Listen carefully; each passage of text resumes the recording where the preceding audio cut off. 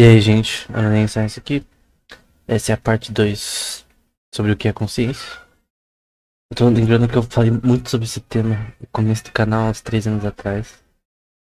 Então, eu até vou citar umas coisas que tem a ver também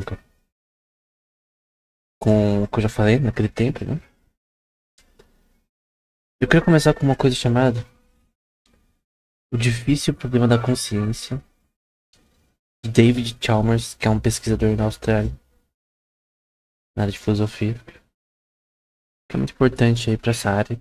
E até recomendo que vocês assistam um podcast dele com Lex Friedman, que é um podcast sobre inteligência artificial e outros temas. E por que esse problema difícil da consciência? Ele divide o problema da consciência em dois problemas, dois temas, né? Problema fácil e difícil. O problema fácil, ele é resolvido pela neurociência. E ainda assim, de forma limitada. Vou explicar por quê. Então, qual que é o problema fácil da consciência? Por exemplo, relacionado à linguagem, que áreas do cérebro são importantes para a linguagem. A área de Wernicke, de Broca, de Wiswind, relacionada a processamento de fala, interpretação de fala, coisa do tipo. Também tem, se você for ver papers relacionados a essas áreas, também tem questões relacionadas à explicação de sintaxe, morfologia, semântica, coisa do tipo. De repente a área de Wernicke relacionada à semântica, outra é tal coisa. Mas eu creio que é um pouco inconclusivo, né? Mas enfim. Mas tem essa questão, né? Que realmente é importante para essas coisas. A área de Wiswind, o processamento de linguagem sonora, né? Vem do seu ouvido, obviamente. Então, é estranho, né? Como que você converte ondas sonoras em algo que só precisa interpretar? Por exemplo, tem a Alexa, por exemplo. Você fala com ela, Alexa, coração. Ela interpreta a linguagem sonora. Ela interpreta aquilo para linguagem de máquina, né? Em bits zeros e uns. Na parte mais. Vai, de uma forma mais simples, ela transforma as minhas linguagens sonoras em vetores. Não transforma, né? Ela pega no seu banco de dados, né? Vetores relacionados a essas palavras que eu falei da língua, que o sistema foi treinado para aprender a falar com inteligência artificial, né? E ele vetoriza essas palavras, pega o contexto e consegue achar coisas relacionadas a isso. Tem horas que você vai falar que o sistema vai falar que não entendeu. Então, isso é interessante, né? Quando você fala com o GPT-4, por exemplo, é um pouco diferente. Tem um livro que eu vou deixar na descrição, que escreveu, que eu escrevi no caso, né? Sempre falar a gente, que é um canal, né? Mas, como tudo é só eu, no caso, que faço, acho que é mais fácil falar eu. Enfim, que eu escrevi. E é uma conversa com o GPT-3. Então tá no título, uma conversa com a inteligência artificial. Antes de lançar o ChatGPT. E a minha conclusão é que o sistema não era consciente. Agora, quando eu perguntava pra ele que era consciente, ele falava que era. Perguntava, tipo assim, se é uma forma de vida, ele falava, talvez um tipo novo de forma de vida. É um livro interessante. Então, o que acontece? Essa questão sobre problema fácil, a neurociência já responde. Ela consegue ver que áreas do cérebro fazem tal coisa, vai vazar o gândula relacionado talvez a emoções, movimentos voluntários, cérebro relacionado à linguagem motora, somente de longo prazo. Você vai aprender da bicicleta, coisas do tipo, o cerebelo tem maior número de neurônios. Uma coisa importante que tamanho não é documento pro cérebro, né? Tem uma pesquisa da Suzana Culano que é muito famosa, deixa a descrição paper, que mostra que o que importa mais são a forma como as coisas se interagem conectivamente no cérebro e não o tamanho ou o número de neurônios, né? O elefante, por exemplo, ele tem um cérebro maior do que o ser humano e o cerebelo dele tem muito mais neurônios ali. quantidade de neurônios também não é documento, né? Por incrível que pareça. Mesmo se pegar o ratio, né? Que é a massa dividida pela... O cérebro dividida pela massa do corpo da ser vivo. Mesmo assim, isso não é uma diferença tão gritante aí na questão de inteligência, né? O corvo, por exemplo, é um dos animais mais inteligentes. Tem pesquisas até mostrando que eles conseguem fazer ferramentas e tal. Eu fiz um vídeo no canal sobre isso. Era tipo o nome, se você for pra baixo dos vídeos. A foto de um corvo. É mais fácil. Eu fiz um vídeo também sobre neurociência de répteis, como jacaré e tartarugas, né? Bastante serotonina em algumas áreas ali. Então, talvez não seja tão relevante, né? Aí é postulado que a serotonina no jacaré tem agressividade. Não. Quando as pessoas associam o cérebro com neurotransmissores, então, isso é uma coisa importante falar. Tem neuroreceptores e neurotransmissores. Vou pegar aqui.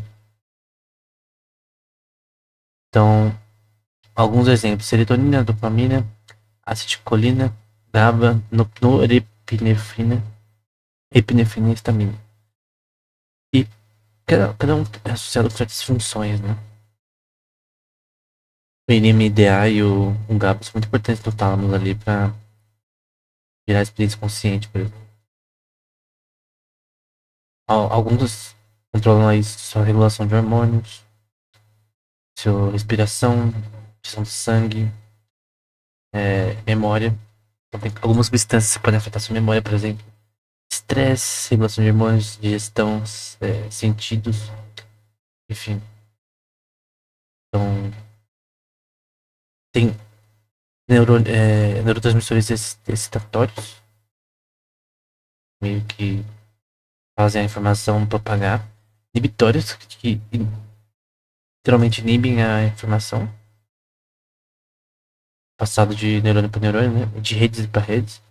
Modulatórios que influenciam outros efeitos químicos nessa questão. Né? Eles ajustam como as células comunicam nas sinapses. Então, tem vários, né? Tem glicina, tem glutamato, tem outros que já citei, enfim. Endorfina, por exemplo, muito famoso como aliviar dor. Então tem, sim, funções de certos neurotransmissores e neuroreceptores. Porém, é muito, na minha opinião, reducionista você dizer que tal neurotransmissor faz isso. É isso que o neurotransmissor da felicidade, da dor, é mais a função que eles têm e não. Você não pode generalizar isso, essas funções para coisas mais globais. Se você pegar, sei lá, mais dopamina, vai fazer ser tal tipo de pessoa, coisa do tipo. Uma pessoa muito ligada em dopamina, muito ligada em recompensa dopaminérgica, em, em prazer, enfim. Não é assim que funciona, é uma coisa mais geral, coisa mais global. Então eles têm funções, mas é muito difícil você generalizar essas questões dos neurotransmissores para certas funções gerais relacionadas à consciência humana. Eu não creio que eles, obviamente, são parte da produção da consciência humana, mas não são tão. São importantes, mas não é. Não pode ser reducionista nesse caso. Então, tem essa questão de que vários tipos de desordens são tratados com substâncias. Tem vários tipos de formas de tratar desordens como bipolaridade, depressão, coisas do tipo, com certas substâncias. Porém, quando nós falamos sobre consciência, são elementos importantes para ela, mas não que produz. São importantes para produzir, mas não. O que a gente precisa como o Serlo fala no paper dele que você tem no outro episódio, tá na descrição, são os Neural Correlates of Consciousness. Os correlatos neurais da consciência. São isso. Ninguém sabe qual é o correlato certo. Alguns dizem que são os microtúbulos, que são estruturas hexagonais, são parecidas com os tubos, né? São redes de tubos dentro dos dendritos dos neurônios. Dentro dos bracinhos dos neurônios tem vários microtúbulos para passagem de informação. Tem trilhões de microtúbulos no seu cérebro. Como eles estão permeando todos os neurônios, então tem pessoas que tentam dizer que a consciência é gerada pelos microtúbulos. Tem uma teoria chamada Arthur Theory, postula que tem efeitos quânticos gravitacionais que agem nesses microtúbulos do ponto de vista químico. Para quem não sabe, toda a química é quântica, né? E a gente tem efeitos ali e são explicados pela física quântica, de forma que essas partículas se comportam nesse contexto, né? Tem coisas como forças de Van der Waals para a questão ali magnética desse contexto, né? Então as coisas se locomovem. E tem também os pulsos hidrofóbicos, que são as junções relacionadas a proteínas. Também é dito que nesse contexto que ocorre a Archer Theory seria a geração da consciência nessas regiões, microtúbulos. Principalmente os bolsos hidrofóbicos têm uma função bem interessante nessa teoria. Tem papers relacionados a isso que está na descrição. Então, é uma teoria interessante. Tem a Integration Information Theory, uma das teorias mais conhecidas, né? É a que eu mais gosto no momento. Antigamente era mais o Archer Theory, mas hoje em dia eu li alguns papers que desprovavam a Archer Theory. Também viu a resposta do Penrose e do Hameroff nesse tema, que são os criadores da teoria. Penrose ganhou o prêmio Nobel de pesquisa de próprio dentro, né? Em 2020. E o outro é um médico anestesista. Então, médico anestesista e físico falam sobre isso, né? Eles também criam que a consciência não é computacional, né? Eu não teria como você criar um sistema de IA consciente. Para as pessoas que aderem a isso, né? Tanto o Serlo quanto eles. Então, ok, a questão aqui não é provada, né? Felizmente a Archer Theory ela tem várias. Tem um próprio paper chamado Why the Brain is Not a Quantum Computer, do Max Tegmark, que também tem na descrição. Esse paper do Max Tegmark, acho que é de 2003. Ele mostra que por várias razões tem decoerência no cérebro. O que é decoerência na física quântica? Você tem estados quânticos que não são preservados. Tem muita interferência no sistema. Nesse contexto, a decoerência, segundo o Tegmark, né? Primeiro, a temperatura do cérebro, que é relativamente alta para ter essa preservação de estados quânticos, seriam necessários para a consciência. Microtúbulos, né? Tem a colisão de íons nesse contexto. E esses íons estão no contexto que o cérebro tem muita água, né? E nesse contexto tem uma viscosidade também. Você tem íons nesse contexto também. E essa colisão de íons nesse ambiente contém uma quantidade de água relevante. E a gente tem que também considerar as estruturas desses tubos, né? São tubos. Esses tubos eles têm uma viscosidade relacionada a eles, têm uma densidade relacionada a eles, capacidade de informação ali, questões proteicas, questões químicas. Então ele vai dizer que, calculando a soma das decoerências desse contexto, não teria como preservar estados quânticos. Aí outra forma que eles responderam, o Hameroff e o Penrose, nesse tema, é que na verdade tem como você preservar assim por uma coisa chamada condensação de Froelich. David Chalmers tem um paper que ele falou sobre isso também, outro autor da física. Interessante como filósofos e físicos se unem para falar sobre consciência, né? E aí tem essa questão de que condensação de Froelich é um efeito que realmente existe. Somente na fotossíntese de plantas, por exemplo, talvez no, no criptocroma de pássaros, que é uma. Isso. Vamos lá. A questão do criptocroma, né? Tem experimentos que mostraram que alguns tipos de pássaros conseguem sentir a, o campo magnético da Terra. Um criptocroma que fica nos seus olhos, que meio que fazem ele sentir isso. E tem efeitos quânticos que deveriam ter coerência ali, são preservados para conseguir fazer essa função. Função importante para a sobrevivência deles. Algo dado por Deus, né? A eles. Então, outra questão é a fotossíntese, né? Que teria quantum tunneling, que é uma forma de você passar energia de uma forma mais eficiente, usando aqui física quântica nesse contexto, da parte química. E tem papers falando que tem quantum tunneling, fotossíntese, as plantas conseguirem fazer a fotossíntese de forma mais eficiente, né?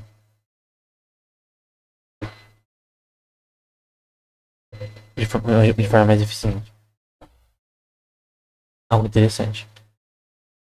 E isso não deveria ser possível. A questão da temperatura, questões relacionadas à própria ambiente, que tem diversas questões magnéticas, questões estáticas, questões que não permitiriam essa decoerência, essa preservação de estados para fazer quantum tunneling. Porém, as plantas conseguem. Como elas conseguem? Tem um processo chamado excitosis que faz isso. Não é excitosis. Eu acho que é excitosis. Posso estar errado. Mas tem a questão de que a explicação mais plausível no momento, que é até um tema chamado biologia quântica, né? Quantum biology, que tem esse paper do Fröhlich, né? Que é um paper de 1900 e bolinha. 64, se não me engano, 1964.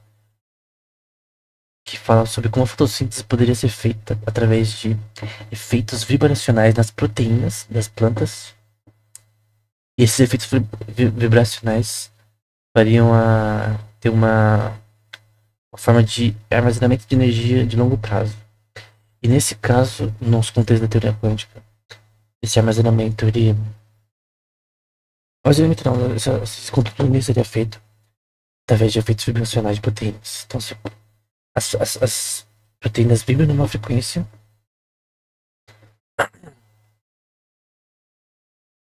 que é uma cadeia de aminoácidos, né? Vibrando numa sequência, uma frequência, né? Permitiria que, de alguma forma, estados quânticos fossem preservados. Isso é muito interessante. Tem experimentos que tentam provar isso e, no momento, parece ser uma teoria muito interessante para mostrar como a decoerência pode ser anulada. E é importante para a própria computação quântica, né? Estudar como isso acontece em plantas e pássaros e tentar entender como anular a coerência deles mesmos, usando uma seção de Fröhlich em computadores quânticos, embora isso, no momento, uma coisa só na biologia.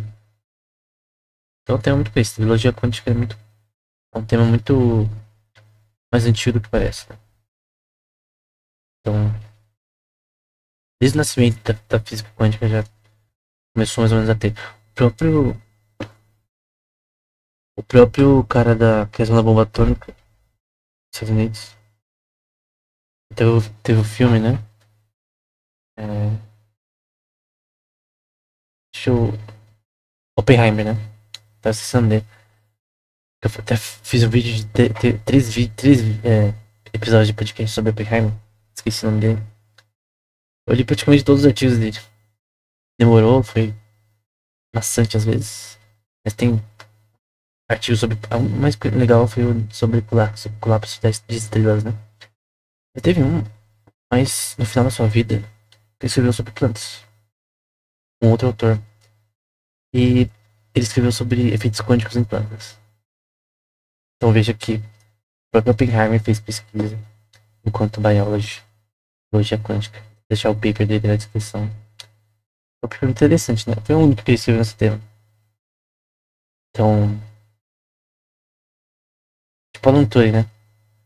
escreveu um paper sobre embriogênese, se eu não me engano. Eu esqueci, mas é para estudar computacionalmente, matematicamente, como, por exemplo, as manchas de leopardo se formam, né? Todo leopardo tem manchas únicas. Como essas manchas se formam quimicamente. É, como explicar isso matematicamente, né? Interessante. Usa primeiro o cara fazer química computacional. Foi o Alan Turing, na minha opinião. Acho que nem é a minha opinião, na verdade. Mas enfim. Essa é a Archer Theory. Feitos quânticos gravitacionais poderizam a consciência. Eu nesse contexto não creio nessa teoria mais tanto quanto eu acreditava antes. É muito legal, mas não sei. Poderiam os microtúbulos serem os neurocorrelates of consciousness? Não sei. Qual a questão? A teoria da derivação da informação é um pouquinho melhor porque ela diz que tudo no seu cérebro é só uma integração de informação. Integração de informação somária, auditiva, sensorial. No fim, você interpreta e usa conforme a necessidade. Pra gerenciar, pra você estar vivo, né? Pra você fazer as coisas que você tem que fazer quando você tá vivo, né? Eu tô falando, né? Que eu tô consciente. Então, meu cérebro tá integrando informação, assim como todo mundo faz isso. Também de animais.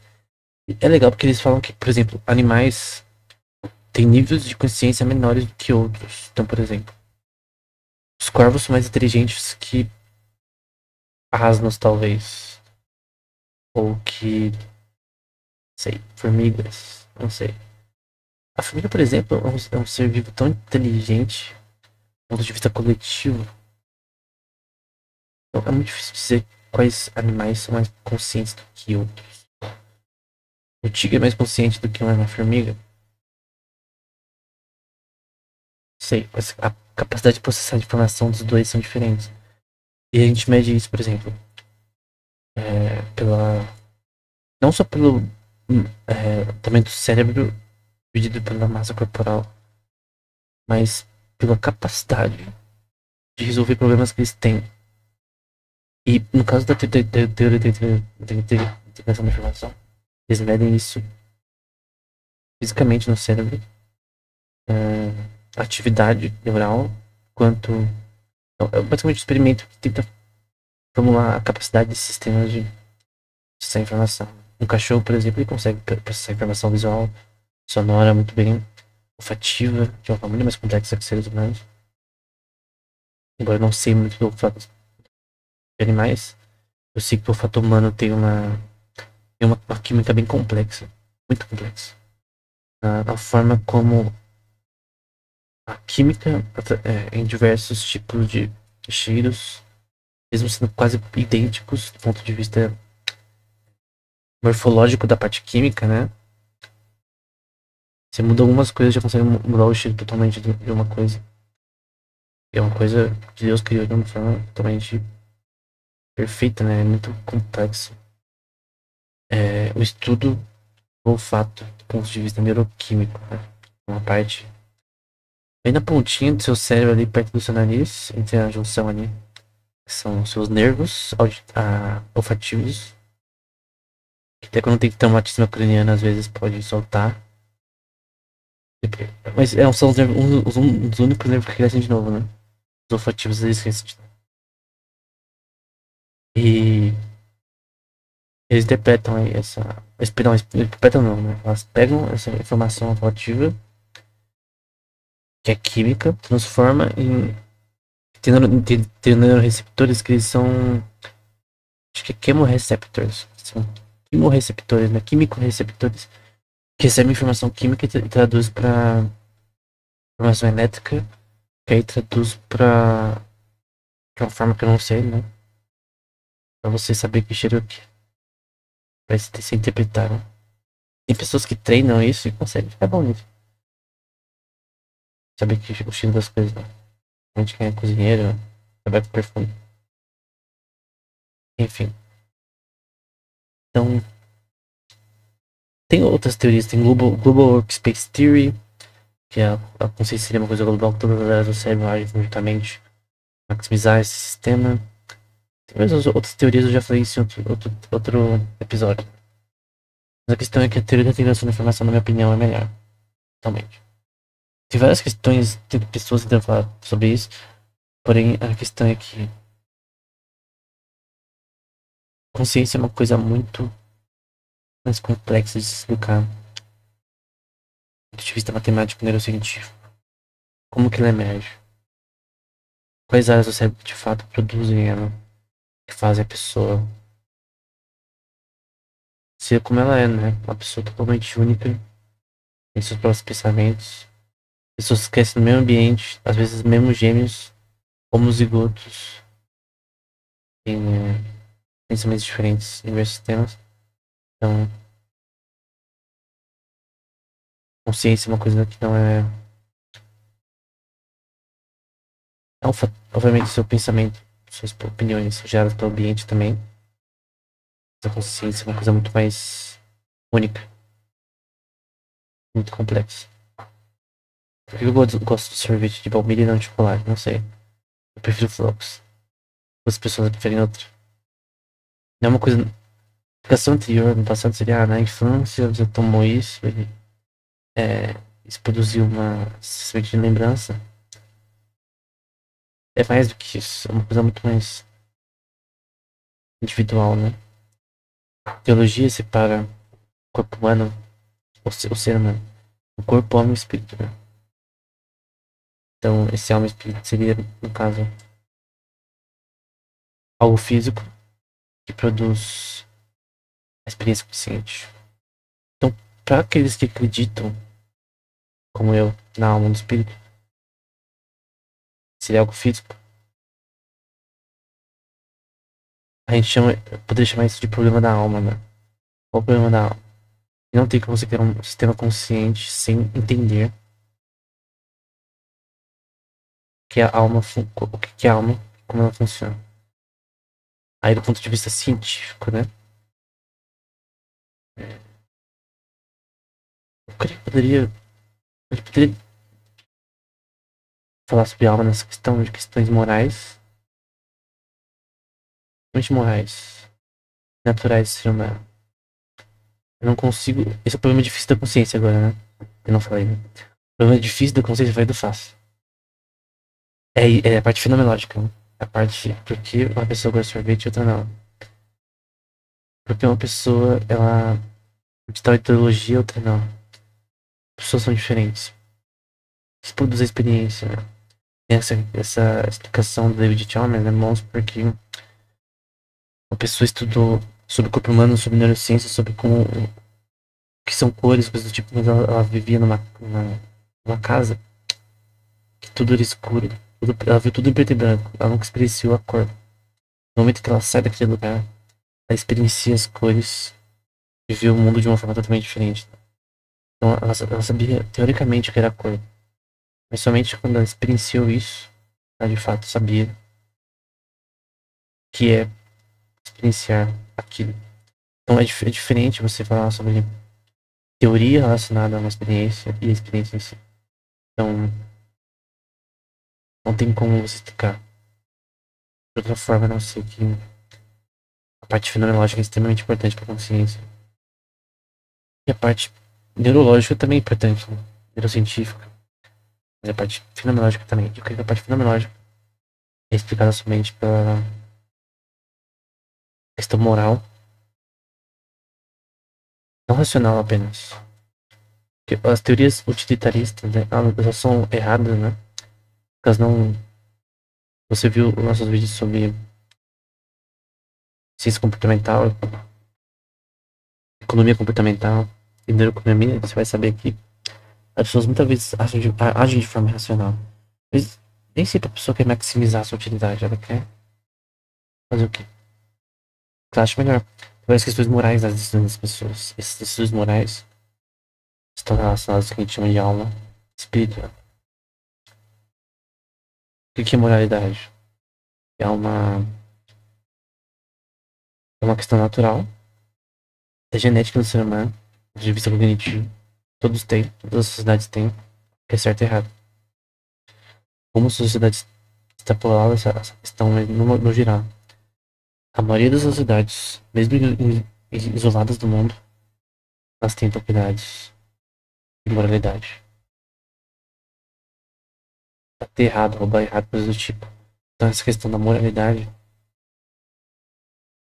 é extremamente importante para a consciência, a questão de ética, né? O que é ética?